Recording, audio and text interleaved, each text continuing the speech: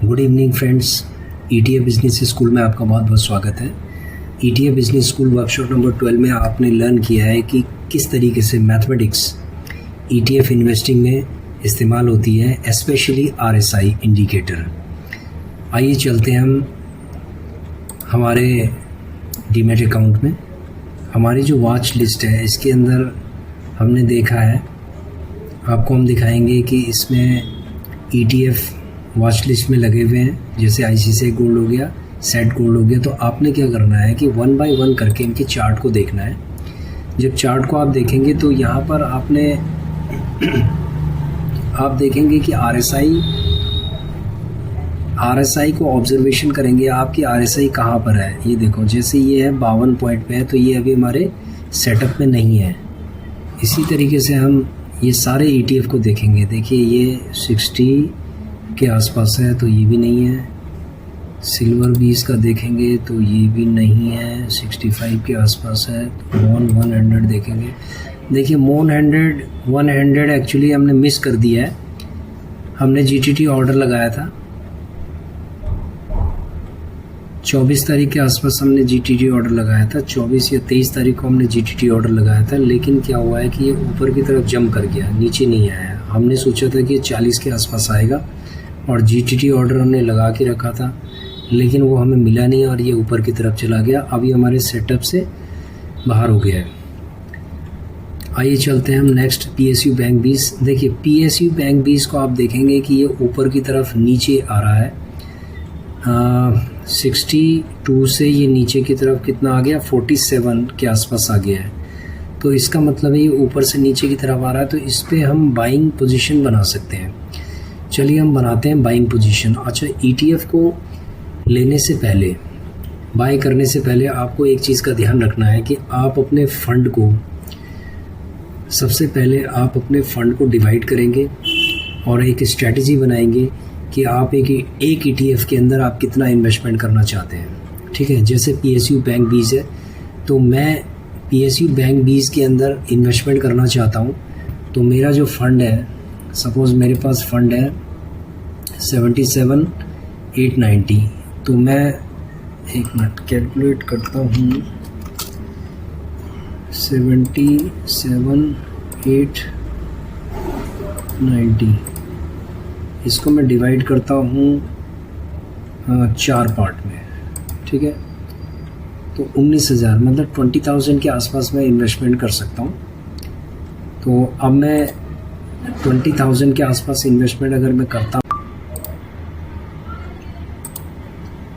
जैसे 20,000 को हमने डिवाइड किया, इसकी एवरेज प्राइस कितना है, लगभग पीएसयू बैंक 20 का एवरेज प्राइस है 49.78। इसका मतलब है 49.50 हम देख लेते हैं, डिवाइडेड बाय 49.5, तो ये आ जाता है 404। इसका मतलब है कि हम यहाँ पर जीटीटी ऑर्डर लगाते हैं। सबसे पहले हम ऐसा करते हैं, जीटीटी ऑर्डर हम हटा देते हैं, हमने एक्चुअली लगा रखा था, तो ये सारे जीटीटी ऑर्डर हम हटा देते हैं। ये जीटीटी ऑर्डर हम सारे हटा देते हैं।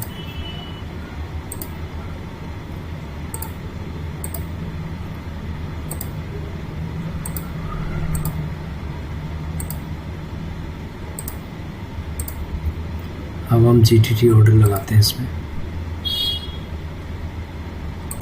ये जीटीटी ऑर्डर लगा रहे हैं। पहला हमारा होगा 49.50। ठीक है, 49.50 पहले होगा। 49.50 पे हमने कितनी क्वांटिटी लगाई है, अभी हम लगाते हैं 49.50 पे हम लगाते हैं 150 की क्वांटिटी। ठीक है, 150 की हमने क्वांटिटी लगाई। उसके बाद हम इसको चार्ट को देखते हैं, चार्ट को देखते हुए लगाएंगे। 49 पे हमने लगाया, 49.50 पे लगाया। उसके बाद हम 49.0 पे लगाते हैं। 49 पे लगाते हैं।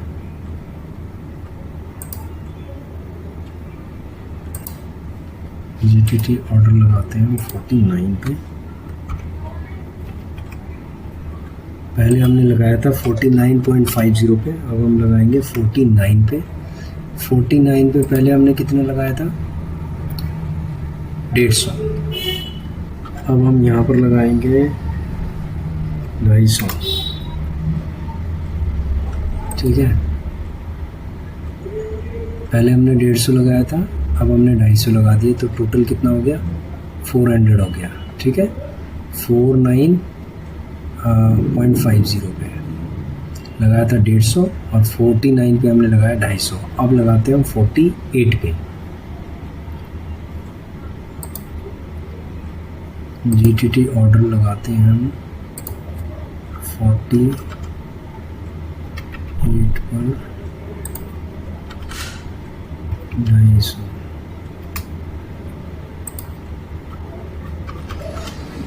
48 पे हमने लगाया 250।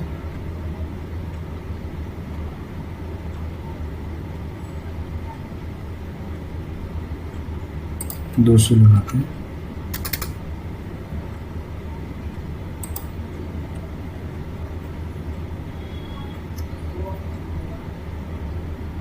$48 पे हमने लगाया 200। उसके बाद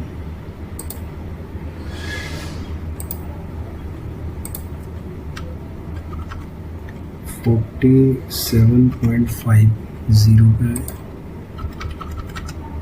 47.50 पे हमें लगाना है 500।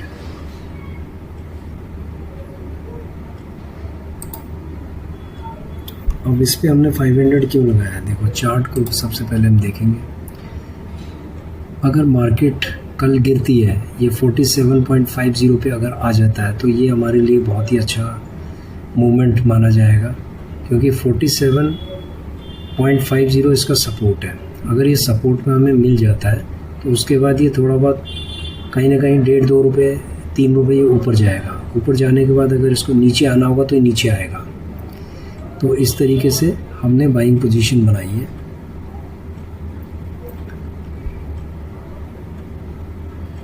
आइए चलते हैं हम। तो हमने इसमें सबसे पहले हमने 150 लगाया 49.50 पे, फिर 49 पे हमने 250 लगाया, फिर हमने 48 पे 200 लगाया, फिर उसके बाद हमने 47.50 पे हमने 500 लगाया। तो इस तरीके से हमने 1 2 3 4 लेवल लगा दिए। हमने जो 4 लेवल लगाए हैं, मार्केट अगर नीचे की तरफ जाएगी तो ये जो भी हमारा बाय होगा उससे हमें प्रॉफिट होने वाला है, ठीक है। देखते हैं कि कहाँ जाता है। तो ये हमारी एक इन्वेस्टमेंट वीडियो है जिस पे हमने GTT ऑर्डर लगाए हैं।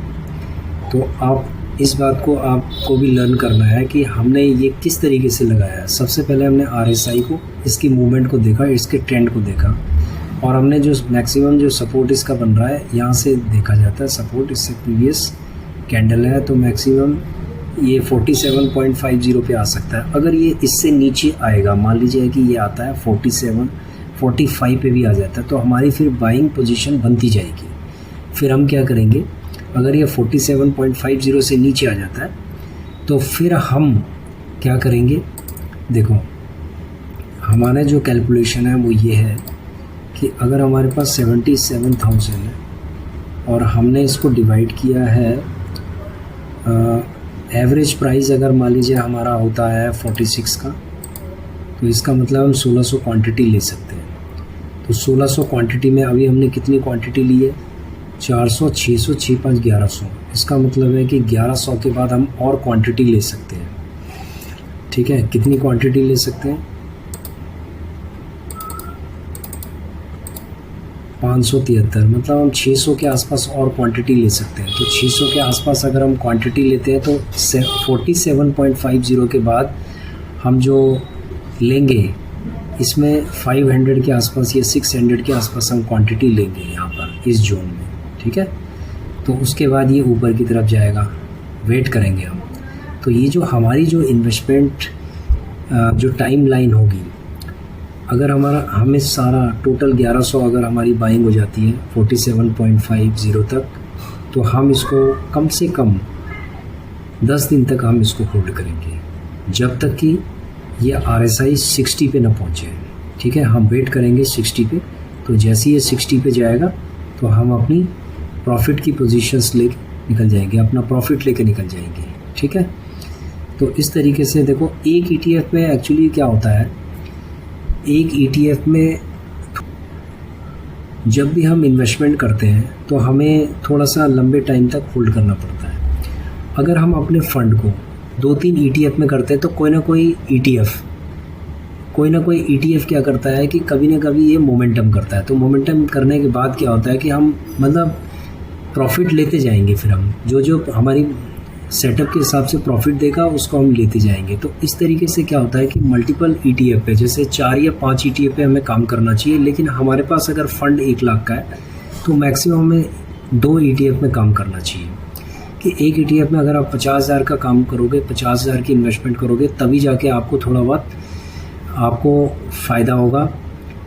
ठीक है, नहीं तो फिर क्या होगा कि आपको, अगर आप 1 लाख का कैपिटल है और आप 5 ETF में काम कर रहे हो तो आपको बहुत कम फ़ायदा होगा। आपको 200 रुपये, 250 रुपये, 300 रुपये फ़ायदा होगा, आपको लॉस नहीं होगा, लेकिन क्या होगा कि कम फ़ायदा होगा। तो हम क्या है, यहाँ पर हमारा जो व्यू ये है कि हम 1000 PSU बैंक बीज में 1000 की क्वांटिटी लेना चाहते हैं और उसको कम से कम हम 1 हफ्ता, 10 दिन, 15 दिन तक हम उसको होल्ड करना चाहते हैं कि वो हमारे सेटअप पे आए। 60 से ऊपर जैसे ही आता है तो हम इसको क्या करेंगे, इसको प्रॉफिट लेके एग्जिट कर देंगे। ठीक है, तो PSU बैंक बीज में हमारी यही स्ट्रेटजी है अभी फ़िलहाल। ठीक है, और भी हम अगर आप लोग अगर चेक करना चाहते हैं तो इस तरीके से आप चेक कर सकते हैं कि कौन कौन सा आपके रडार पे आ सकता है। जैसे ये है बैंक बीज। एक्चुअली बैंक बीज बहुत ज़्यादा कॉस्टली, इसमें एवरेजिंग करना बहुत मुश्किल होता है। जूनियर बीज है, ये अभी हमारे इस सेटअप पे नहीं है। ठीक है, निफ्टी बीज हमारे सेटअप पे हो सकता है, लेकिन अभी इसमें थोड़ा टाइम लगेगा। CPSE बिल्कुल नहीं है, ऑटो बीज बिल्कुल नहीं है। तो इस तरीके से आप चेक कर सकते हैं। Thank you friends, thanks for watching our video. Please share, like and subscribe our channel. Thank you very much.